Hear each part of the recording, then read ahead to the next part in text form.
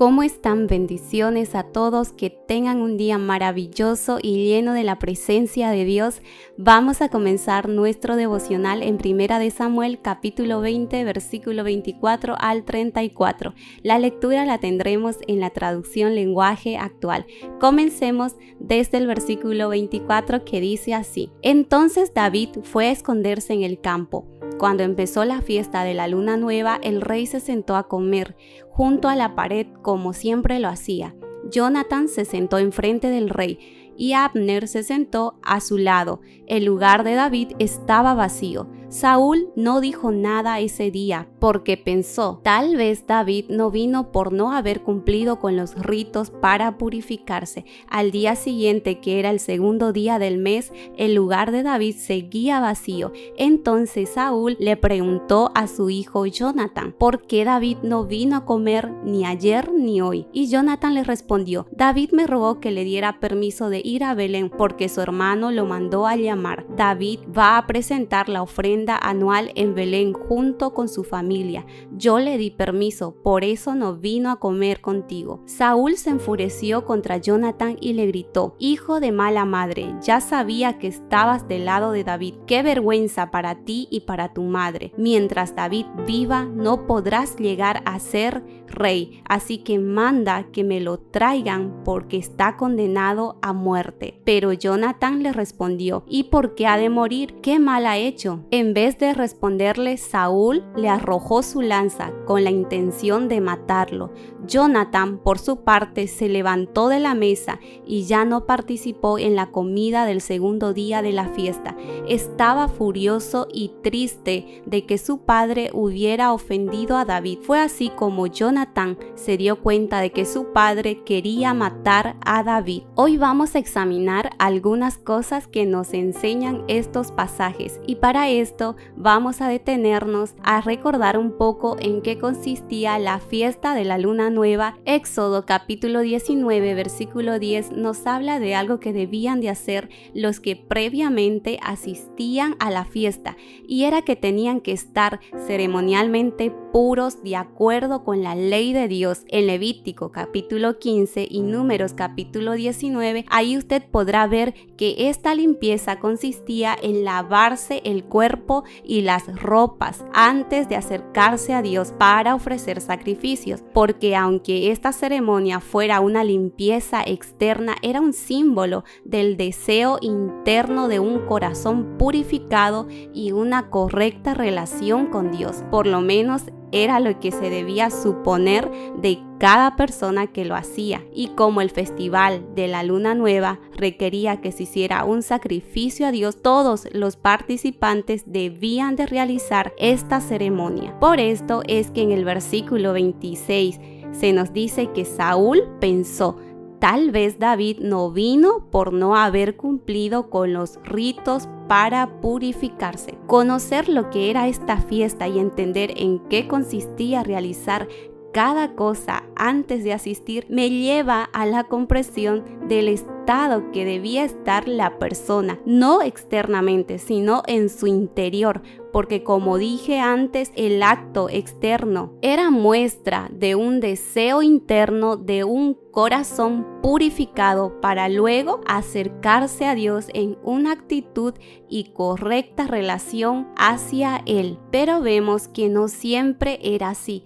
porque no todos los que se purificaban externamente tenían un corazón puro ni una correcta relación con Dios, que es el caso de Saúl. Él celebraba y realizaba todas las ceremonias, rituales y fiestas, pero no con el propósito ni el deseo de agradar a Dios, sino con el objetivo de caerle bien al pueblo y como meta en su accionar perpetuar su trono. Había algo que ocupaba el primer lugar en el corazón de Saúl y no era necesariamente Dios, ese ídolo que tenía el primer lugar en su corazón, que lo llevaba a perder la cabeza, a ponerse como loco e incluso a atentar contra la vida de las personas, era el trono. Y eso lo vemos registrado en el versículo 31. En Romanos capítulo 1, versículo 18 hasta el 25 se nos dice: porque la ira de Dios se revela desde el cielo contra toda impiedad e injusticia de los hombres que detienen con injusticia la verdad. Por lo que de Dios se conoce, se le es manifiesto, pues Dios se lo manifestó, porque las cosas invisibles de él, su eterno poder y deidad, se hacen claramente visibles desde la creación del mundo, siendo entendidas por medio de las cosas hechas, de modo que no tienen excusa, pues habiendo conocido a Dios, no le glorificaron como a Dios ni le dieron gracias, sino que se envanecieron en sus razonamientos, y su necio corazón fue entenebrecido. Profesando ser sabios, se hicieron necios y cambiaron la gloria de Dios incorruptible en semejanza de imagen de hombre corruptible, de aves, de cuadrúpedos y de reptiles, por lo cual también Dios los entregó a la inmundicia en las concupiscencias de sus corazones, de modo que deshonraron entre sí sus propios cuerpos, ya que cambiaron la verdad de Dios por la mentira, honrando y dando culto a las criaturas antes que al Creador, el cual es bendito por los siglos. Amén. Estos versículos nos hablan sobre personas que aún no han colocado su fe en Cristo, personas que cambiaron a Dios por su forma de pensar y que llegaron a tener su entendimiento entenebrecido, que están lejos de Dios. Pero también nos lleva a detenernos para ver cómo es el pecado y cómo actúa, ya que muchas veces nosotros llegamos a pecar de esta forma. Actuamos como si no tuviéramos conocimiento de Dios y llegamos a colocar ídolos en nuestro corazón. Pablo entiende que el pecado original de la humanidad es como la idolatría. La razón por la que nos volvemos a los ídolos es porque queremos controlar nuestra vida, aunque sabemos que le debemos todo a Dios. A ver, dígame, ¿a quién no le es tentador tener el control de todo lo que le rodea? Como dice Romano versículo 25, pues habiendo conocido a Dios, no le glorificaron a Dios ni le dieron gracias. Saúl había sido elegido y puesto en el trono por Dios.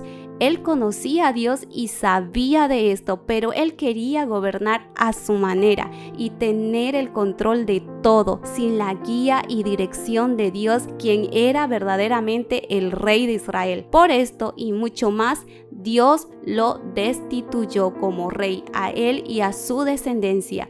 Y este versículo de Romanos justamente nos explica qué es lo que terminamos haciendo para conseguir el control. Escogiendo las cosas creadas, poniendo nuestro corazón en ellas y construyendo nuestras vidas alrededor de ellas. Y Saúl había escogido el trono, algo creado, construyendo su vida, incluso su familia, alrededor de eso inestable, que en cualquier momento podría ser destruido y derribado. Pero ahí estaba él, tratando de apuntalar su trono para las generaciones futuras, a pesar de que ya se le había dicho que su dinastía terminaría con él, y aún peor, lo estaba tratando de hacer por medios humanos, ya que sabía que no obtendría ayuda alguna por parte de Dios. Qué triste es ver y lo ciego y necio que podemos llegar a ponernos cuando ponemos otras cosas en el corazón antes que a Dios. Iglesia, muchas veces dejamos a Dios a un lado de la puerta para que no estorbe,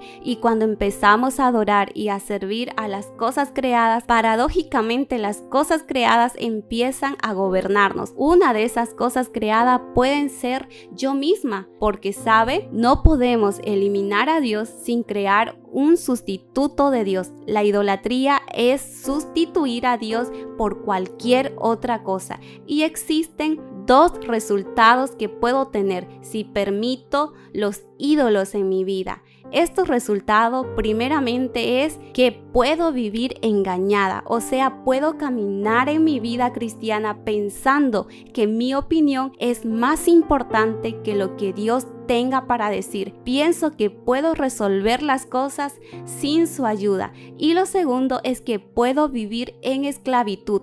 Y esto lo podemos entender de esta manera: aquello a lo que adoramos es aquello a lo que serviremos. Pensemos por un momento qué es lo que amo más que a Dios.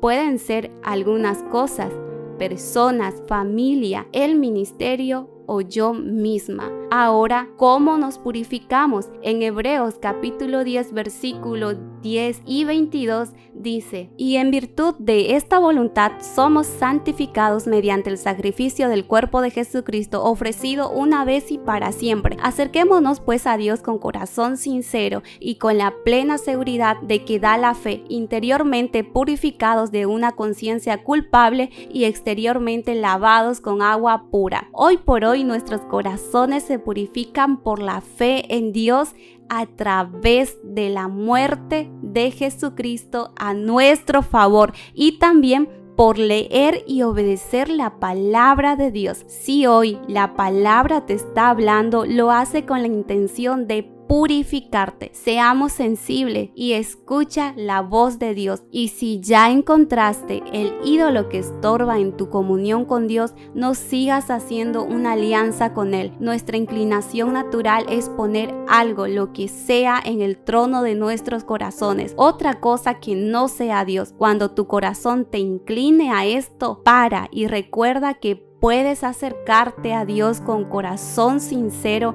mediante la fe en Jesús, porque Cristo vino a ofrecer su cuerpo en la cruz por nosotros como un sacrificio completo, aceptable ante Dios en amor.